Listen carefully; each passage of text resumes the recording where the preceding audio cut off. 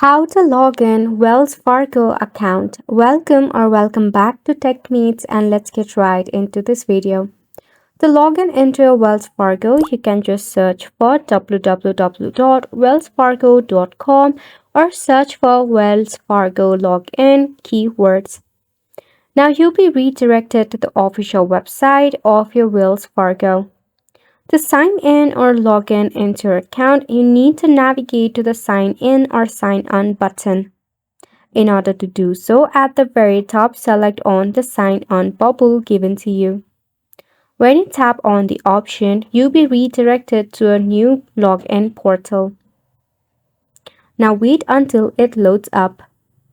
To log in, all you have to do is enter your username and your password. Select on Save Username if it's your personal device. Tap Forgot Username or Password in the case of forgotten credential. Tap on the first option, that is the SSN or ITIN, to recover your account. If not, recover by using your username or your account number. By this way, you'll be able to log in into your Wells Fargo account. That wraps up the tutorial as well. Thank you so much for tuning in.